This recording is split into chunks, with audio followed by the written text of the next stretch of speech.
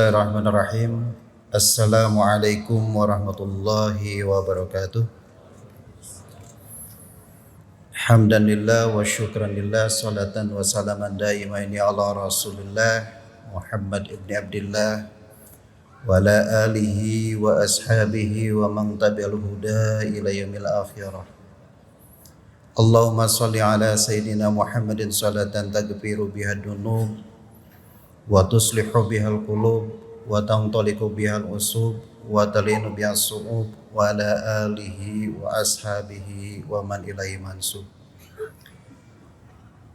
Pertama-tama mari kita panjatkan puji dan syukur kehadirat Rabbi yang telah memberikan nikmat iman, Islam, ihsan dan amal soleh kepada kita semuanya, sehingga kemudian kita bisa bersilaturahmi, menjalankan salah satu perintah Allah, sholat zuhur berjamaah sekalipun dalam keadaan musafir.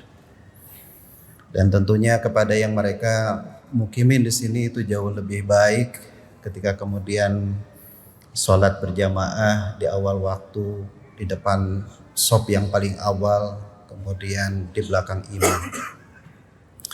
Sholawat serta salam mudah-mudahan senantiasa tercurah limpahkan ke junjungan kita Nabi Muhammad SAW kepada keluarganya, para sahabatnya, dan insya Allah kepada kita semuanya.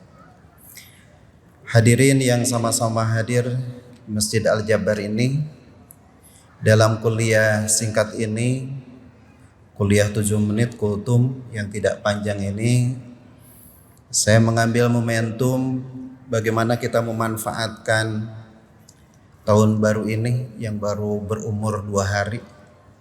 Walaupun ini adalah Masyahi, tetapi tidak masalah karena kita juga mempunyai penanggalan tersendiri.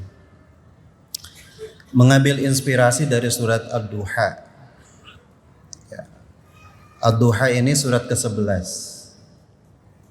turunnya setelah Al-Fajr, dan berhubungan ataupun tidak, ayatnya juga 11 ayat. Ini surat ke-11, ayatnya ada 11. Kenapa kemudian ayat ini menjadi momentum dan inspirasi bagi kita? Karena ini adalah harapan yang luar biasa, keyakinan dan optimisme yang diberikan oleh Allah Subhanahu wa taala. Wadduha wal laili idza saja ma wadda'aka rabbuka wa ma qala. Di dalam kitab Lubabun Nuqul, Imam As-Suyuti itu menyebutkan bahwa sebab turunnya surat ini adalah ketika Rasulullah menginginkan adanya wahyu setelah surat Al-Fajr itu.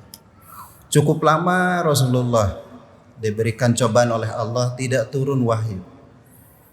Dia sudah melakukan khalwat di Gua Hiro kembali, kemudian di beberapa gua, kemudian di Makkah, masuk ke Ka'bah, di rumah dan di mana-mana.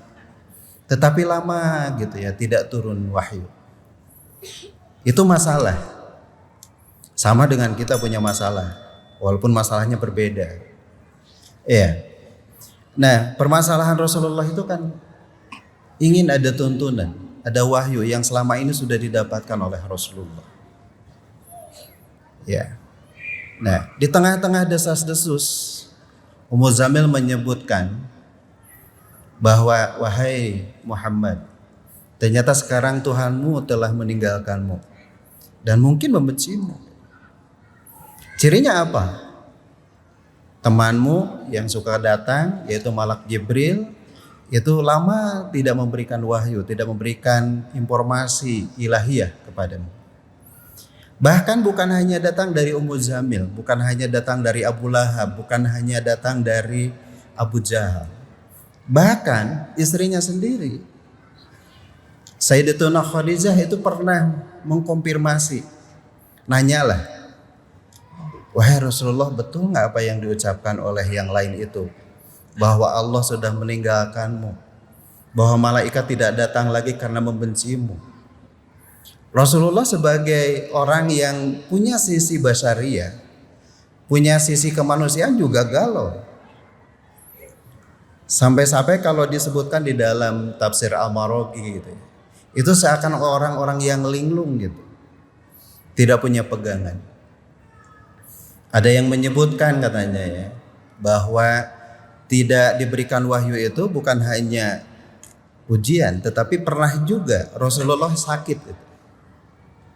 3 hari kemudian tidak melaksanakan sunnah nawafil, tidak melaksanakan sunnah-sunnah saja gitu, karena beliau sakit gitu ya.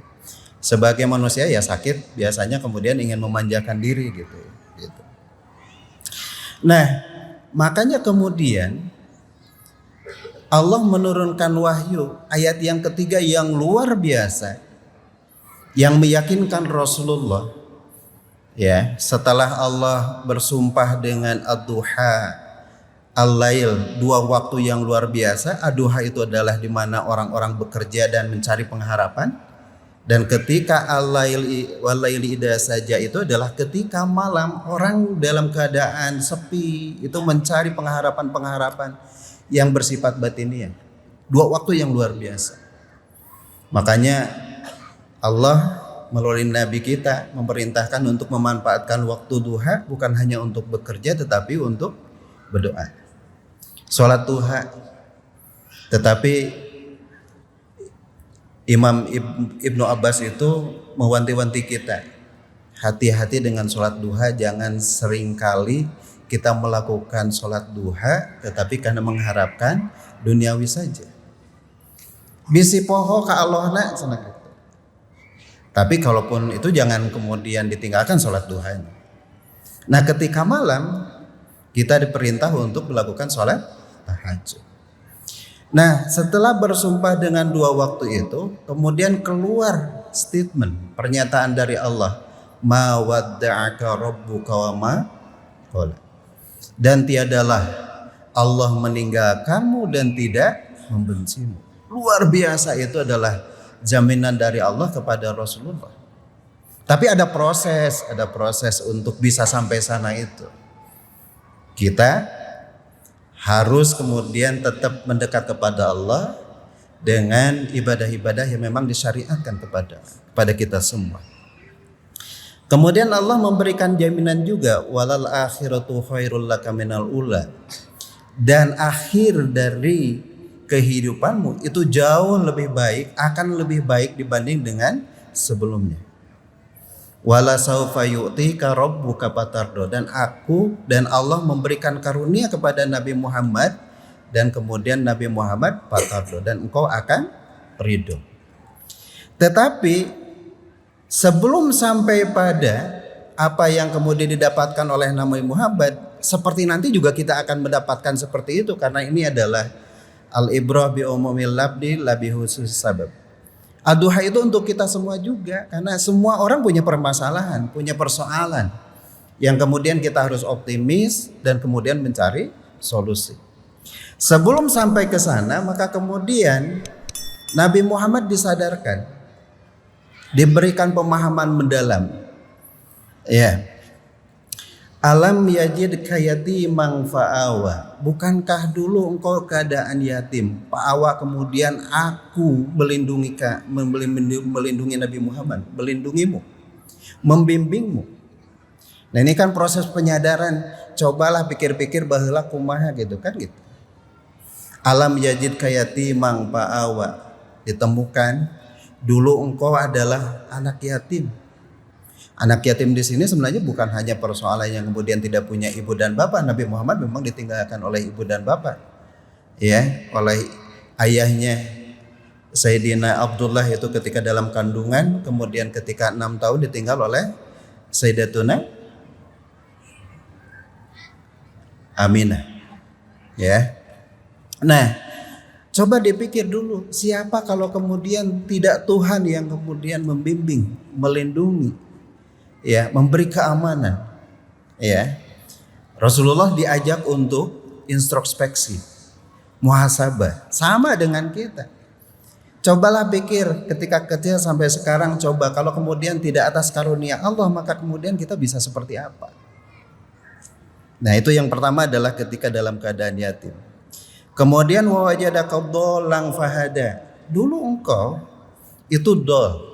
Nah, kalau dalam tafsir Amaroghi itu adalah ghafilan anin nawafil. Jadi Rasulullah tadi pernah sakit, kemudian agak menunda-nunda untuk melaksanakan sholat sunnah. Iya, tapi ada juga yang kemudian menafsirkan ketika Rasulullah masa kecil, ketika ada di Thaif, ya, ketika di bawah bimbingan Halimatus Sa'diyah pernah membawa domba-dombanya menggembala, kemudian pernah tersesat. Nah, itulah kemudian dolang tersesat, tapi kemudian pahada Allah yang memberikan petunjuk. Ada unsur ketiga lagi yang kemudian diingatkan oleh Rasulullah kepada Rasulullah. Wa wajadaka ailan fa'agna. Dan engkau dan Allah menemukan Rasulullah ailan, dalam keadaan tidak punya apa-apa. Karena ketika kecil ditinggalkan oleh ayah ibu, kemudian diasuh oleh paman, sebelumnya oleh kakeknya, belum punya apa-apa. Tetapi kemudian apa? Fa'agna, Allah kemudian memberikan kekayaan kepada Nabi Muhammad. Sehingga Rasulullah di umur yang masih muda itu luar biasa kayanya. Bisa dagang ke Sam gitu ya, kemudian mendapatkan keuntungan yang luar biasa.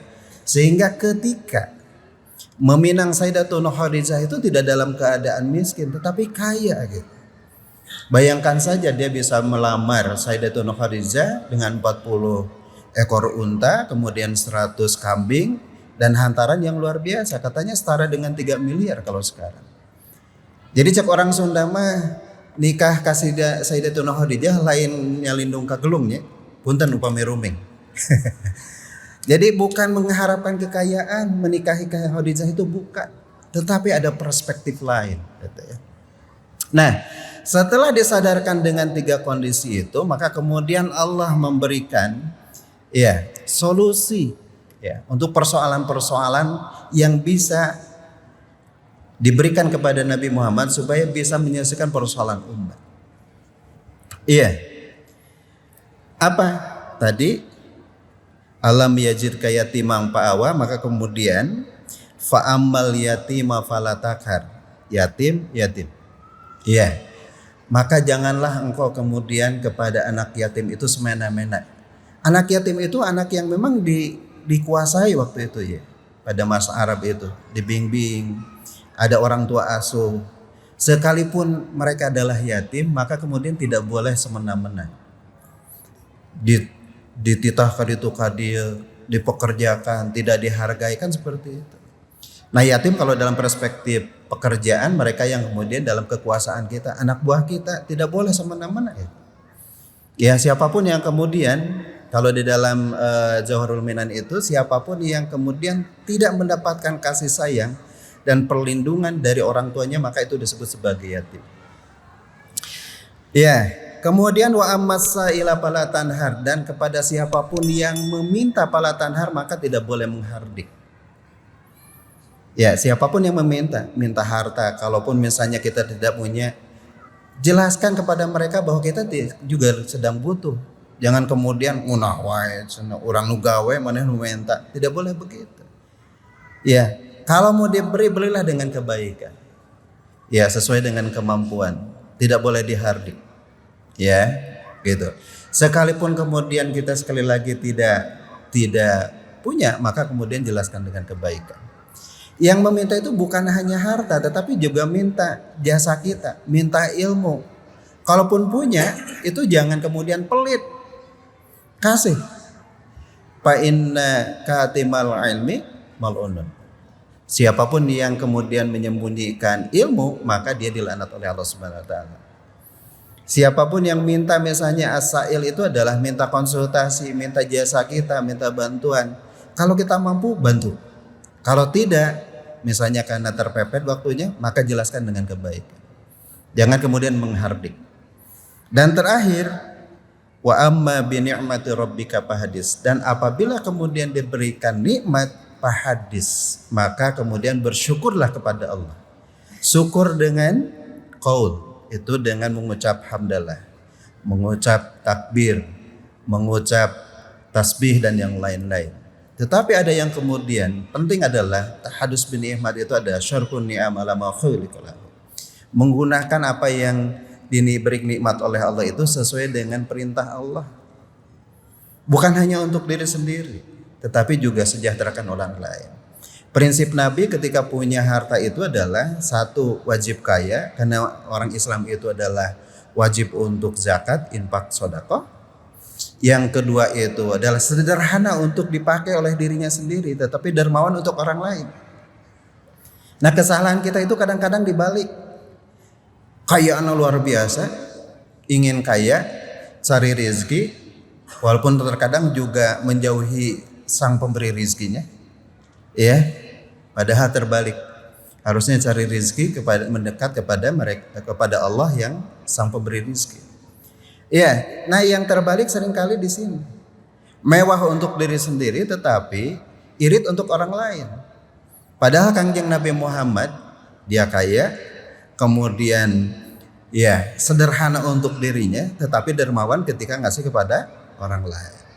Nah beda Nabi Muhammad yang orang tadi dirinya. Gitu. Nah itu Bapak dan Ibu, karena waktunya ya sangat sempit. Jadi satu sisi ad-duha itu adalah memberikan harapan kepada kita semua. Mudah-mudahan kita bisa menjalani waktu 2025 ini dengan keberkahan, kebermaknaan dan kebermanfaatan. Tetapi kemudian kita bisa muhasabah dengan masa lalu supaya bisa bersyukur. Dan kemudian kita bisa memproyeksikan diri dengan amal-amal yang sesuai dengan tuntunan Allah SWT. Dalam surat ad-duha ini belum ada sholat Pak, tapi amal sosial. Kenapa? Karena ini diturunkan di Mekah. Ya, sebelum turunnya perintah sholat. Makanya dalam sini lebih banyak pada amal-amal sosial. Ya, itu saja Bapak dan Ibu. Mudah-mudahan kultum ini membawa berkah dan manfaat bagi semuanya. Mohon maaf apabila ada kesalahan. Wallahul muwaffiq ila aqwamit thoriq. Wassalamualaikum warahmatullahi wabarakatuh.